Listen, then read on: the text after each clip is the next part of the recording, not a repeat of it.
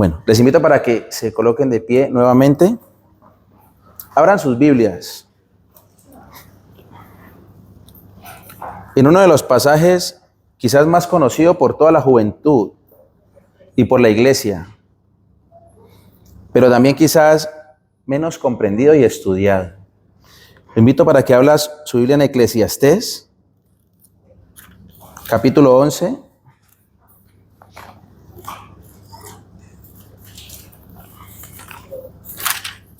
Cuando lo tengan me dicen amén.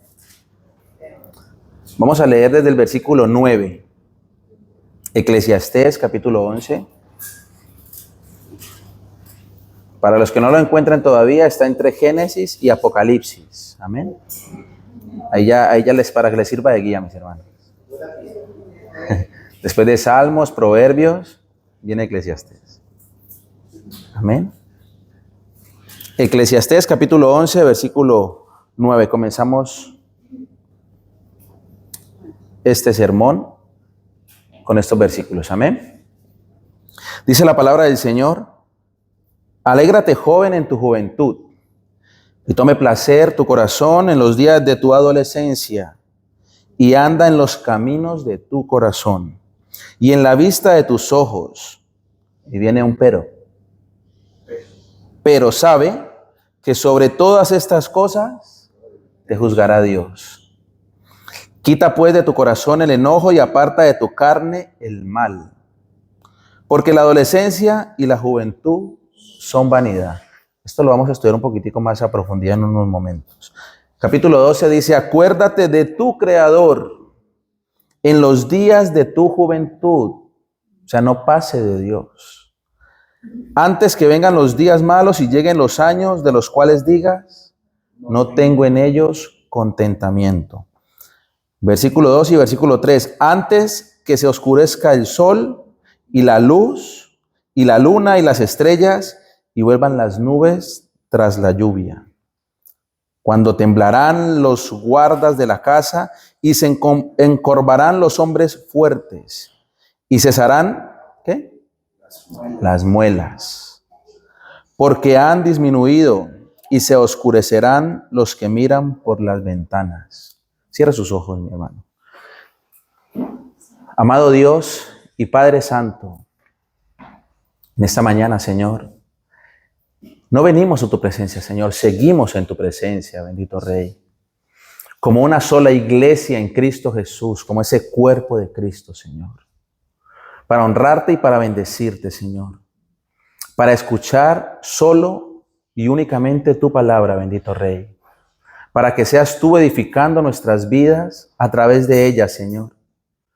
Que seas, Señor, tomando control absoluto por medio de tu Espíritu Santo de todo lo que se expone, Señor, aquí en este púlpito, Señor. Que esa palabra, Señor, cumpla el propósito para el cual ha sido enviada, bendito Rey, y que sea implantada y grabada en las tablas de nuestros corazones, Padre. Te pedimos en el nombre de Jesús, Señor, que todo aquello que no sea tuyo, Señor, de orden espiritual, Señor, sea echado fuera de este sitio en el nombre de Jesús, Señor. Que toda obra de las tinieblas, Señor, que quiera impedir que este mensaje se dé, Señor, sea desechada en el nombre de Jesús, Señor. Y que sean abiertos nuestros sentidos espirituales, Padre, para que nos permitas ver, conocer y entender lo que quieres para nosotros, Señor, y para tu iglesia, Señor, en esta mañana. Todo esto lo pedimos, Señor, recordando, Padre, que tú siempre oyes la oración, Señor, de tu pueblo. En el nombre de Jesús. Amén. Siéntese, mi hermano. Póngase cómodo. Vamos a dar cierre a este mes con el énfasis. ¿Quién se acuerda del énfasis? Jóvenes con propósito. Jóvenes con propósito. Entonces, hemos tenido a lo largo de este mes sermones en los que hemos hablado de todos los propósitos que tiene Dios para nuestras vidas. Amén. Muy buenos. Hoy vamos a hacer un poco más de énfasis en los jóvenes, sin querer decir o descartar de que el mensaje de la palabra es para toda la iglesia. Amén. Entonces, les voy a pedir, por favor, a los que tengan entre 12 y 30 años, 12 y 30, ya salieron bastantes. 12 y 30 años, que se hagan aquí adelantico. Los que tengan entre 12 y 30, por favor, permítanme que los incomode un momentico. Que pasen aquí adelante, los que tengan entre 12 y 30 años. Bien, pues no les dé pena, no les dé vergüenza. No los vamos a acusar. La idea es que todos aprendamos. Amén. Sigan, siéntense en adelante. 12 y 30 años. Y eso que faltan, ¿no? Hay unos que no han venido, igual están de vacaciones. 12 y 30 años. Iglesia, mire a frente. Ellos son el futuro de la congregación, de esta congregación y de la iglesia. Ahora, ¿por qué los hago pasar acá? Porque este mensaje, no para que se sientan incómodos, no es con ese propósito. La idea es que ustedes puedan desmenuzar todo lo que se va a exponer en este momento. Amén. Y ustedes puedan ir entendiendo lo que Dios quiere para sus vidas y para la vida de cada uno de sus padres, los que tengan hijos, los que tengan abuelos. Vamos a entender lo que el Señor quiere para estos jóvenes con propósito. ¿Por qué decimos hasta los 30 años? Vamos a ver una pequeña introducción acerca de por allá en el siglo I y antes de Cristo, ¿a qué se le llamaba joven? ¿A qué etapa de la vida se le llamaba joven? Con base en la Biblia, amén. La palabra nos enseña que la adolescencia o la juventud temprana para los jóvenes comenzaba de los 12 a los 18 años. En el judaísmo, por eso ustedes ven que en la palabra de Dios Él siempre habla de joven y adolescente, siempre hace ese énfasis entre los dos, ¿no? O esa distinción mejor, entre lo que es un adolescente y lo que es un joven. Siempre era entre los 12 a los 18. ¿Pero por qué? Porque entre los 12 y los 18, ese niño pasaba de tener una conciencia, digámoslo de alguna manera, limpia a un conocimiento de lo que era la moral. Ese niño que pasaba de los 11 añitos ya comenzaba a entender que eso era malo y que no le agradaba a Dios. Se despertaba esa conciencia moral. Antes no, antes un niño de 9, 8, 10 años, 7 años, entiende que si hace algo que no le gusta a papá y a mamá, recibe algo que no le gusta a él. Pero no tiene todavía esa conciencia y esa madurez moral de lo que es lo malo y lo bueno. No sé si me siguen, jóvenes. De 12 a 18. Se le llamaba juventud temprana. Y de los 18 a los 30 se llamaba juventud tardía. En esta juventud lo que prevalecía era la toma de decisiones. Los jóvenes a esta edad y jovencitas tomaban decisiones para su vida. Y actualmente sigue siendo así. Entre los 18 y los 30 años viene la edad en la que los jóvenes y las jovencitas quieren tener novia, ¿no? Porque no hay que descartarlo, es así. Ya quieren comenzar a pensar en independencia, ¿no? Yo ya soy grande, ya quiero independizarme. Quieren tener responsabilidades.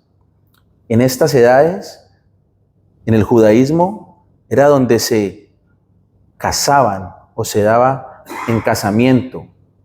Ya los hombres, después de los 18, decían, yo quiero casarme con esta chica que está ahí. Iban y daban un dote y decían, espéreme, ella quedaba desposada, espéreme que yo voy a preparar todo para cuando esté todo listo, vengo por usted. Es decir, iba a ir a trabajar, a construir una casa, a hacer algo para tener que ofrecerle a esta chica. Entonces, por eso entre los 18 y los 30 era esa etapa de madurez de la juventud o juventud tardía. ¿Cuántos me siguen hasta ahí, mis hermanos? Amén. Para que lo vamos entendiendo y así vamos desmenuzando un poco lo que nos enseña la palabra en estos 4 o 5 versículos que leímos. Amén. Ahora, como a manera de introducción, vamos a ver qué frases escuchamos afuera y aún dentro de la iglesia de estos jovencitos de los 12 a los 30 con respecto a lo que es el cristianismo.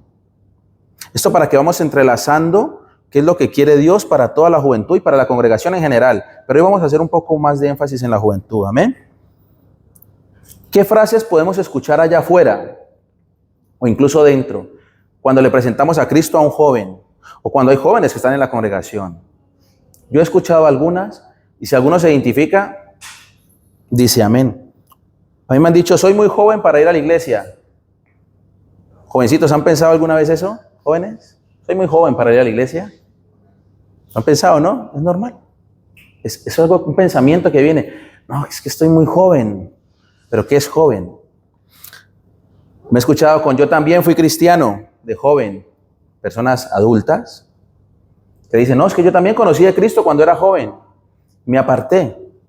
Yo puedo dar fe de eso. Yo soy o formo parte de los que han dado el testimonio de que conocieron de Cristo jovencitos, de que abandonamos la fe, pero por la misericordia de Dios, a Él le plació que yo volviera a sus caminos.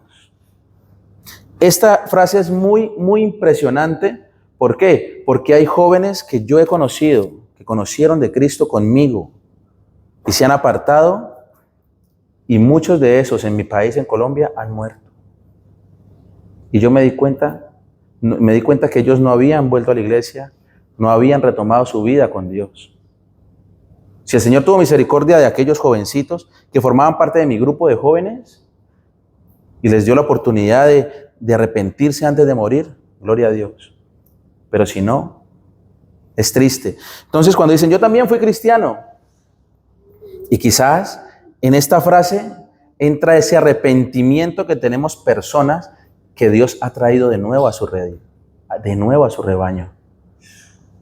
A quienes decimos, Señor, pero ¿por qué a mí? ¿Por qué tienes misericordia de mí si no la merezco? Pero así es el Señor, amén. Frases, no, yo soy hijo de pastores, pero la verdad estoy apartado. ¿Han escuchado esa frase? Otros dicen, ser cristiano es muy aburrido. Ser cristiano es muy aburrido. Otros dicen, primero tengo que disfrutar la vida. ¿Cuántos han escuchado esta o cuántos se han identificado, no? No, primero tengo que disfrutar la vida. Recuerden que los jóvenes, ellos creen conocer la vida. Pero mis hermanos que llevan un poquitico más de años en este globo terráqueo, incluso yo, conocemos un poquitico más de lo que es verdaderamente disfrutar la vida. La palabra nos enseña con respecto a esta frase, ¿de qué le sirve al hombre? Si ganare todo el mundo, si disfrutare todo lo que hay en el mundo que no le agrada a Dios, ¿de qué le sirve al hombre si ganare todo, pero perdiere su alma? Entonces son frases para que ustedes jóvenes y la iglesia comencemos a examinarnos, ¿no? ¿Cómo podemos llevar a esta juventud a tener o a formar partes de esos jóvenes con propósito, de esos jóvenes a los cuales Dios quiere utilizar en la congregación, de esos jóvenes que el Señor quiere comenzar a madurar dentro de la congregación? Amén. Otros me han dicho, eso es solo para gente mayor. En esa religión es que no dejan tener novia, jovencitos. Hay esas frases por ahí. Es que en esa religión no dejan tener novia. No, lo que pasa es que la palabra nos enseña que son pasos que deben de dar los jóvenes, pero con responsabilidad. No es simplemente decir, a mí me gustó esta chica, me gustó este chico y vamos a ver qué pasa. No, es que la palabra nos enseña a llevar a cabo una serie de pasos para que no cometamos errores. Amén. Cuando sea mayor, igual y me convierto. La palabra dice, acuérdate de tu Creador en el versículo 1 del capítulo 12.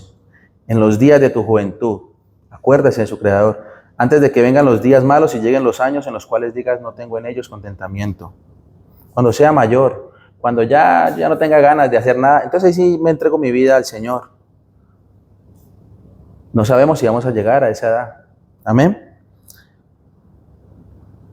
Hay estadísticas que afirman que el más del 70% de los jóvenes se apartan de la fe entre la etapa de la juventud temprana, entre los 12 y los 18, más del 70% de la juventud cristiana, de estos jóvenes que ustedes ven aquí y que van a las iglesias y que en este momento se están congregando, más del 70% no vuelven a la congregación. ¿Por qué? Porque ahí viene algo muy importante, que es lo que ellos están pasando. Este sermón les sirve tanto a ellos como a nosotros, como padres, amigos o que conocemos jóvenes, para que los entendamos un poco más. Viene una transformación en sus vidas, en sus cuerpos, en sus pensamientos, en sus emociones. Entonces muchos se ven atraídos por lo que hay allá afuera. Porque la palabra dice que hay muchos de los que estamos aquí, a lo bueno le llamarán malo y a lo malo bueno. Y a los que están allá afuera igualmente. Amén. Veamos como primer punto si hay algún joven entre los 12 y los 18 que haya sido utilizado por Dios. ¿Alguno de ustedes que están aquí conoce algún joven que haya sido utilizado por Dios en la palabra? ¿Carlos? ¿Algún joven? ¿No? ¿Sofi? ¿Algún joven? ¿Algún joven, iglesia, que haya sido utilizado por Dios? Por ejemplo, Timoteo. David. Josué. Francisco de Asís. Bueno, estamos hablando de la palabra de Dios, pero bueno, Francisco de Asís es una persona extra de la palabra, pero que ha sido utilizada por Dios. ¿Ya? Hay muchos jóvenes que han sido utilizados por Dios. Y ahora que vamos a estudiar esto, vamos a ver cómo la palabra de Dios nos enseña que en su mayoría, cada una de las personas que el Señor utilizó eran jovencitos entre los 12 y casi los 20 años. O sea que todas estas frases que escuchamos antes de que no, yo tengo que esperar a ser viejito, que cuando sea, eso ya, ¿perdón? Isaías. Hay muchos jóvenes. Dentro de ellos podemos recordar a quién, a José, perdón. ¿Recuerdan a José? Jeremías. Hay muchos. Vamos a ver unos cuantos. Vamos a ver unos cuantos. Amén. Por ejemplo, José. Vemos en Génesis capítulo 37, versículo 2. Búsquelo, mi hermano. Génesis capítulo 37, versículo 2.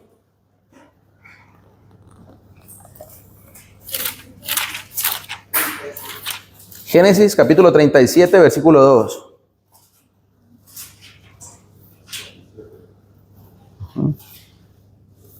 Dice la palabra de Dios, esta es la historia de la familia de Jacob.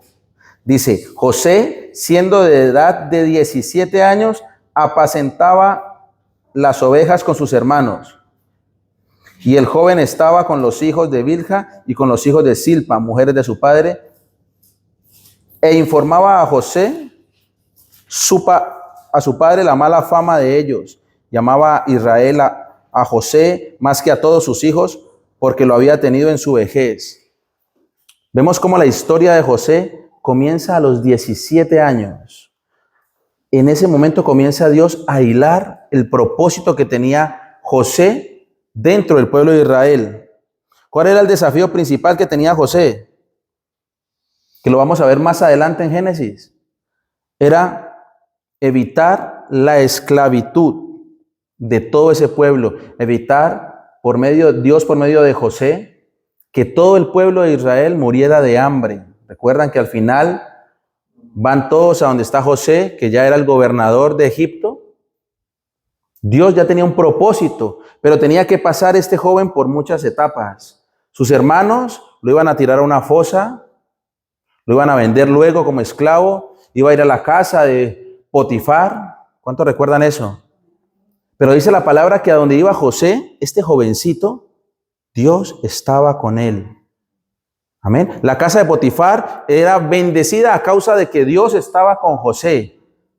Entonces, a pesar de que era un jovencito de 17 años, no sé si alguno está por ahí en 17 años, pero Dios ya lo estaba llamando y tenía un propósito para él. Amén. Luego pasó a ser prisionero y ya luego pasó a ser gobernador de Egipto. Dios, ¿qué probó ahí? La fidelidad de José. Tenemos a quién más, a Josías. Podríamos decir que es el rey más joven que ha tenido Israel. Dice que adquirió la corona a los 8 años de edad, un niño, 8 años. Este niño de 8 años siendo rey, ¿qué puede hacer un niño de 8 años para gobernar un reino? Pero dice que este niño buscó de Dios. Busquemos en 2 de Crónicas 34. Vamos a ir mirando todo con base en la palabra. Segunda de Crónicas, capítulo 34.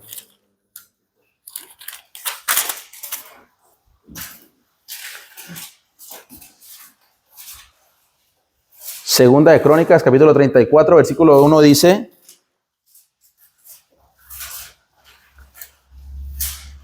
de 8 años era Josías cuando comenzó a reinar, y 31 años reinó en Jerusalén. ¿Qué dice versículo 2? Este hizo lo recto ante los ojos de Dios o de Jehová, y anduvo en los caminos de David su padre, sin apartarse a la derecha y a la izquierda. Y el versículo 3, y a los 8 años de su reinado, siendo aún un muchacho, esta palabra muchacho se utilizaba mucho para la adolescencia o la juventud temprana, de 12 a 18, siendo aún un muchacho, comenzó a buscar al Dios de David. Nunca es muy temprano, jóvenes, para buscar de Dios. Nunca es muy temprano. Dice, y a los 12 años comenzó a limpiar a Judá. Fue rey a los 8 años. Dice 8 años después de su reinado, siendo aún un muchacho, o sea, 8 y 8 a los 16 años. Dice que comenzó a buscar de Dios. Y a los 12 años de su reinado, o sea, cuando ya tenía 20 años, este jovencito tomó la batuta para comenzar a limpiar a Israel de todo lo que eran esos dioses que estaban adorando, los lugares altos. Entonces vemos cómo Dios está utilizando la juventud en la palabra, amén. Y así tenemos a David también. Por ejemplo, David, dice la palabra, que era el menor de sus hermanos. Se estima que tenía entre 10 a 12 años cuando fue Samuel y lo ungió como rey. 10 a 12 años. Cuando enfrentó a Goliat, ¿recuerdan que David enfrentó a Goliat? Pues era un jovencito de entre los 16 a 17 años, que lo único que sabía era apacentar ovejas. Y fue y se enfrentó a un gigante que, según las medidas que da la palabra, medía casi 3 metros de altura. Dios utilizó a este jovencito con un propósito. ¿Y el propósito era cuál? Era llevar nuevamente a Israel a los pies de Dios. No podemos pasar de Samuel. Samuel, su madre no podía tener hijos. Su madre, la palabra nos enseña que fue y oró en el templo. Dios escuchó su oración. Le dio un hijo. Este niño, cuando nació, ella le prometió al Señor que se lo iba a dedicar a él. Dijo que lo llevaría, cuando terminara de ser destetado, lo llevaría al pueblo. Recuerden que en ese tiempo no había agua potable. Entonces las mamás tenían que amamantar a sus hijos lo más que ellas pudieran, el mayor tiempo posible. Y a la edad de 3 años, ella fue y lo entregó en el templo.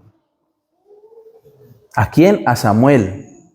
Y este jovencito tenía un desafío bastante grande. Él se crió con los hijos del sacerdote Elí, que estaba ahí con él. Vamos a verlo en el capítulo 3 de Primera de Samuel, mis hermanos.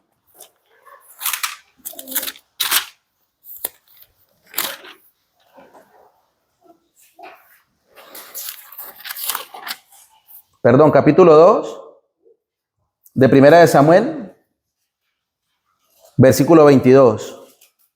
Dice, pero Elí era muy viejo y oía de todo lo que sus hijos hacían con todo Israel y cómo dormían con las mujeres que velaban a la puerta del tabernáculo de reunión.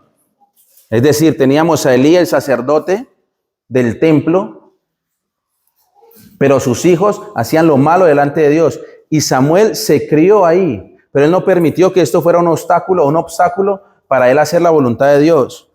Jeremías le decía al Señor, Señor, yo no puedo, yo no estoy preparado.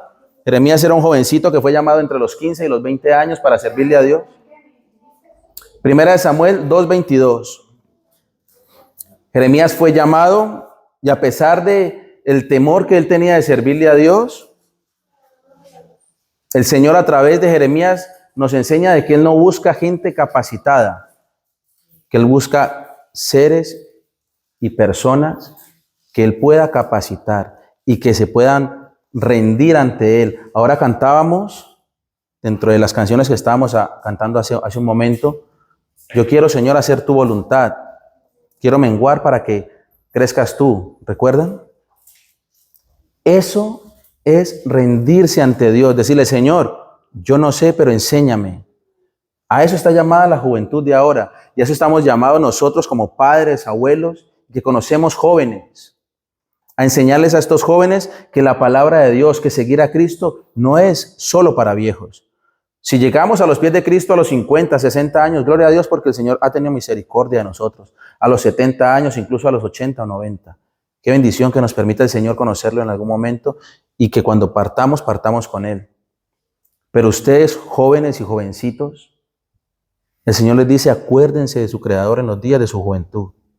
Antes de que vengan esos días malos, ¿ya? Ustedes no saben qué va a pasar con sus vidas. No saben dónde vamos a estar mañana, pasado mañana. Dios sí lo conoce, pero Él lo que quiere es que entreguemos nuestra voluntad a Él. En el Nuevo Testamento vemos, comenzando el Nuevo Testamento, vemos a una jovencita utilizada por Dios para dar a luz al Salvador. Una jovencita llamada María. ¿Cuántos conocen de María? Una jovencita que hacía lo bueno delante de Dios y el Señor la utilizó con el propósito de dar a luz al Salvador. Dios ha utilizado jovencitos y jovencitas. María estaba desposada, es decir, que tenía mínimo entre 12 y 16 años cuando estaba desposada. En esa juventud temprana era cuando los hombres desposaban. Y recuerden, ellos iban a preparar todo para después venir a casarse. Pues María fue utilizada, siendo jovencita, para ese propósito. Y no podemos pasar tampoco de alto aquel muchacho que llama la palabra por allá en Juan, capítulo 6, versículo 8 y 9. Este muchacho que no tenía sino 5 panes y 2 peces. Es un joven que estaba allí escuchando la voz de Jesús. ¿Y qué hizo el Señor Jesús? Lo utilizó para hacer un milagro y alimentar a más de 5,000 personas. Es más, a más de 5,000 hombres, sin contar mujeres y niños. Entonces, jovencitos, ustedes no saben por qué Dios los trajo aquí. Pero Él conoce sus vidas. La palabra dice que Él conoce nuestro levantar y nuestro acostar. Que Él nos formó a ustedes y a nosotros aún desde el vientre de nuestra madre. Y Él nos ha traído a todos aquí con un propósito. Amén. Y se estima que los apóstoles tenían entre 17, Juan, ¿recuerdan el discípulo amado de Jesús? Entre 17 y un poco menos de 30, porque sabemos que Pedro era casado. O sea que Pedro ya tenía más de 18. Porque dice la palabra que Pedro tenía suegra. ¿Ya? Y no podemos decir que él tenía suegra y no era casado. Eso es algo contradictorio. Para él poder casarse tenía entre 18 y 30 años. Y por el carácter que vemos en la palabra de Dios, vemos que Pedro ya era muy maduro. Él era que no le gustaba algo y iba sacando la espada y cortando orejas. ¿No? Él iba de Señor, yo doy la vida por ti. Él el que primero hablaba, el que tomaba el vocerío de los discípulos. Por eso el Señor le encomendaba muchas cosas a Pedro. Entonces, miren cómo el Señor a lo largo de la historia, les estoy hablando del Antiguo Testamento y del Nuevo Testamento, Él utilizó a los jóvenes y sigue utilizando jóvenes. Vemos a Timoteo. Entonces ustedes, jóvenes, siéntanse orgullosos. Sientan gozo, alegría en sus corazones de haber sido llamados por Dios en estas edades. No menosprecien lo que es ser cristiano. No menosprecien el sacrificio que Cristo hizo por ustedes. Y a nosotros, iglesia, valoremos a la juventud. Todos aquellos jóvenes, nunca nosotros como adultos vamos a poder decir al Señor, Señor, me cansé con este joven. Nosotros no podemos cansarnos. Yo tengo mis hijos, están en esa etapa temprana entre los 12 y los 18 y créanme, es difícil. Son jóvenes, obedientes, juiciosos, pero han pasado por una serie de etapas que la palabra nos la describe. Y eso es lo que vamos a estudiar a continuación. Según la palabra vamos a conocer qué pasa en la juventud y por qué ellos presentan unos rasgos muy peculiares, porque a veces ellos se amanecen y amanecen contentos, otras veces amanecen y no saben por qué y amanecen haciendo mala cara. Entonces tenemos que aprender a conocer a nuestra juventud, porque estos jóvenes tienen un propósito delante de Dios. Amén. Los jóvenes cristianos deben entender la diferencia entre las hormonas, presten atención mis hermanos, las emociones, los sentimientos y finalmente la voluntad. Esta etapa la pasa la juventud y hay algunos que todavía seguimos tratando de ver qué hacemos con nuestras emociones y nuestros sentimientos.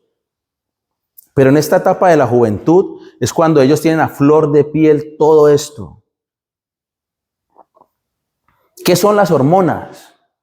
Las hormonas son una sustancia química que el cuerpo produce para regular el crecimiento, el desarrollo y los estados de ánimo. ¿Cuántos han visto a estos jóvenes que entre los 12 y los 14, 15, yo lo puedo decir, se pegan ese estirón? Eso es a causa de las hormonas. Recuerden que el cuerpo humano es una creación perfecta. Amén. Dice la palabra de Dios en Génesis capítulo 2, versículo 7. Entonces Jehová Dios formó al hombre del polvo de la tierra y sopló en su nariz aliento de vida y fue el hombre un ser viviente. Dios nos formó, Dios formó a todos. ¿Y qué conlleva eso? Todas las etapas de nuestra vida. Una de ellas es la etapa en la que las hormonas comienzan a hacer su trabajo. Que estos jovencitos, estos niños comiencen a crecer, que comiencen a tener estados de ánimo un poco confusos. Amén. Y comienzan a tener un desarrollo, ¿no? Comienzan a pensar distinto. Muchas veces piensan muy distinto a nosotros los padres. ¿No les ha pasado? Que les decimos, mira, es que esto es lo bueno. Y ellos dicen, no, eso no es bueno. O solo a mí me ha pasado. Amén. ¿Qué nos enseña esto? Que el cuerpo es la creación más asombrosa hecha por Dios. Pero debido a la naturaleza que cada uno de nosotros tenemos, que es esa naturaleza caída, los impulsos físicos pueden presionarnos para actuar de una forma impulsiva. Dice la palabra en 1 de Timoteo capítulo 4 versículo 11. Esto manda y enseña, ninguno tenga en poco tu juventud. Está hablando Pablo a Timoteo, un jovencito. Sino sé ejemplo de los creyentes en palabra, conducta, amor, espíritu, fe y pureza. Jóvenes, ustedes están para dar ejemplo allá afuera. Ustedes cada vez que salgan deben de pensar que ustedes son el reflejo de Cristo a toda la juventud que está allá afuera, a todas las personas. Estas personas no conocen a Dios. Por eso ellos hacen lo malo y piensan que está bien. Pero cuando ustedes tienen la oportunidad de conocer a Dios, ustedes deben de ser ejemplo. Dice la palabra en conducta, amor, espíritu, fe y pureza. El siguiente punto son las emociones. Las emociones son las respuestas automáticas, intensas y de corta duración ante un estímulo. ¿Qué es una emoción? La alegría es una emoción. Cuando España hizo el gol, todos sentimos ¿qué? Bueno, la mayoría, no sé si todos, pero yo sentí mucha alegría, porque esta es mi segunda patria, ¿no? Y gritamos gol, sentimos alegría, ¿ya? Los jóvenes expresan esas emociones de una manera más natural. Ellos cuando están bravos se les nota, ¿sí? Cuando están contentos se les nota, cuando están tristes se les nota. Inmediatamente nosotros los adultos igual, para no hacer sentir esa responsabilidad a ellos, igual somos un poco más parcos, ¿no? Pero a ellos se les nota. Esas son las emociones. Las hormonas están a flor de piel y llevan a cabo esa reacción que produce una emoción en los jóvenes. La palabra de Dios nos enseña en Efesios capítulo 4, versículo 26. Airaos, pero no pequéis. Los jóvenes se pueden enojar, nosotros nos enojamos, pero eso nos puede llevar a pecar. La palabra nos enseña que no debemos de pecar. No se ponga el sol sobre nuestro enojo. 1 Corintios capítulo 10, versículo 13. No, Señor, es que no soy capaz de controlarme en mi impulso, en mi emoción. A estos jovencitos dice, no os ha sobrevenido ninguna tentación que no sea humana.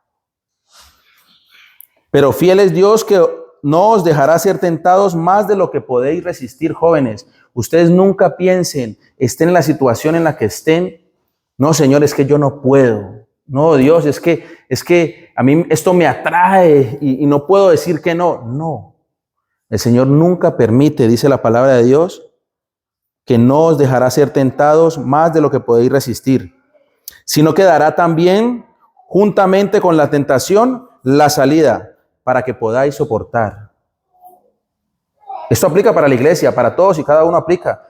El Señor no permite que seamos tentados más de lo que podamos soportar. Pero igual la juventud en este periodo de hormonas, de emociones, todo puede ser una prueba, todo puede ser una tentación. Así es de que nosotros, que tenemos unos cuantos años, muy pocos más que ellos, podemos ayudarles a entender esa etapa, no a juzgarlos todo el tiempo. Sí, debemos de corregir a nuestros jóvenes, sí, la palabra nos enseña, instruye al niño en su camino, ¿no? Y aun cuando fuere viejo no se apartará de él. Tenemos que enseñarles, pero también tenemos que ser sabios de parte de Dios para entenderlos y aplicar la palabra, sobre todo, a estas etapas en las que ellos están viviendo.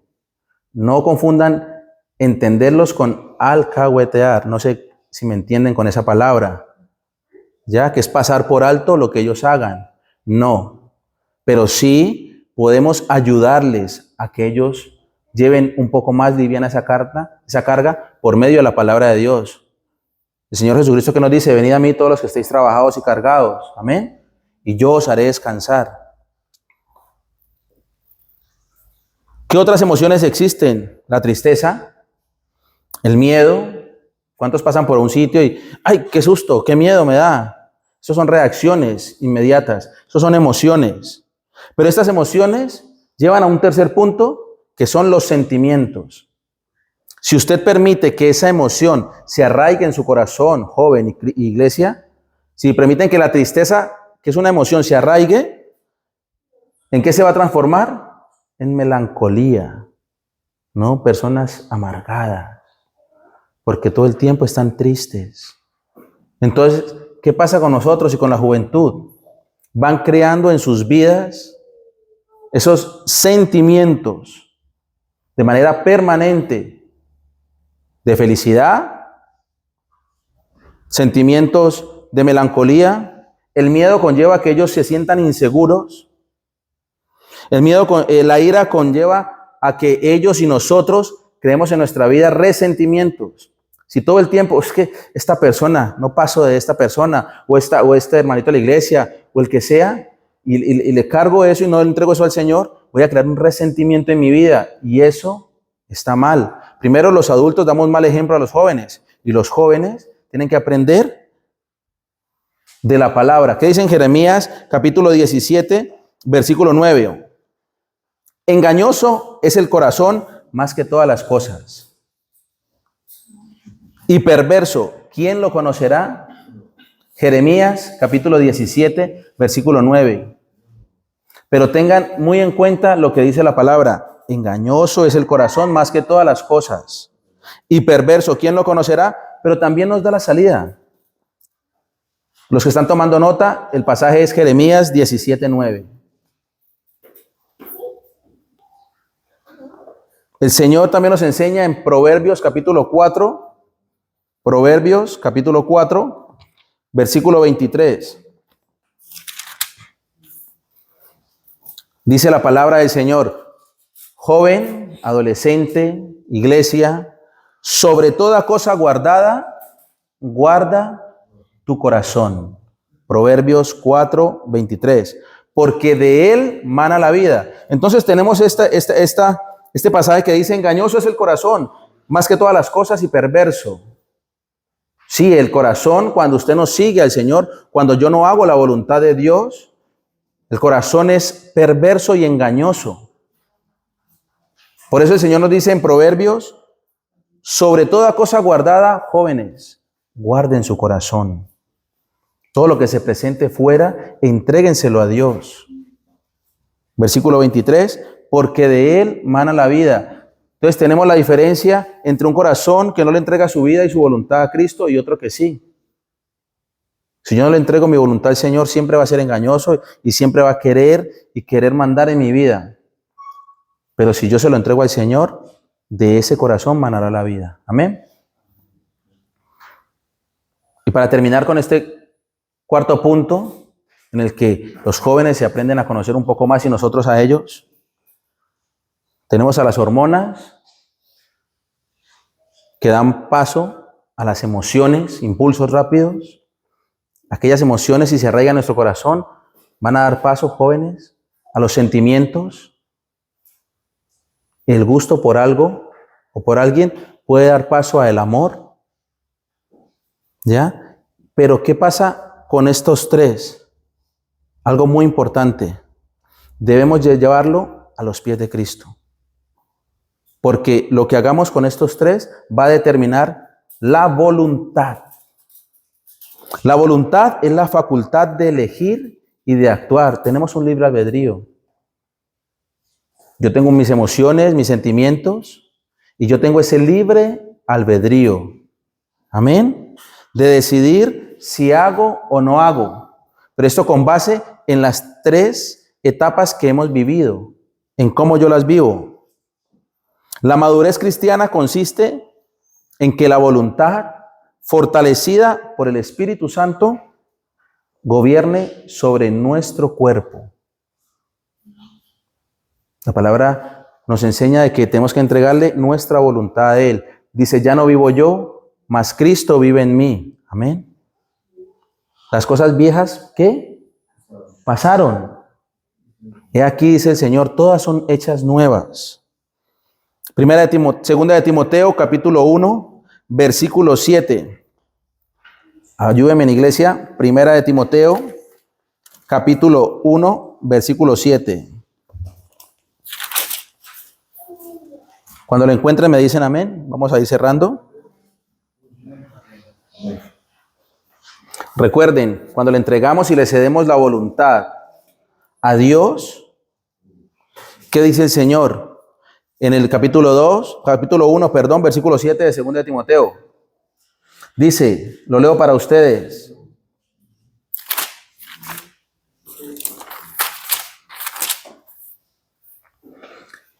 Dice la palabra, porque no nos ha dado Dios espíritu de cobardía, sino de poder, de amor y de dominio propio.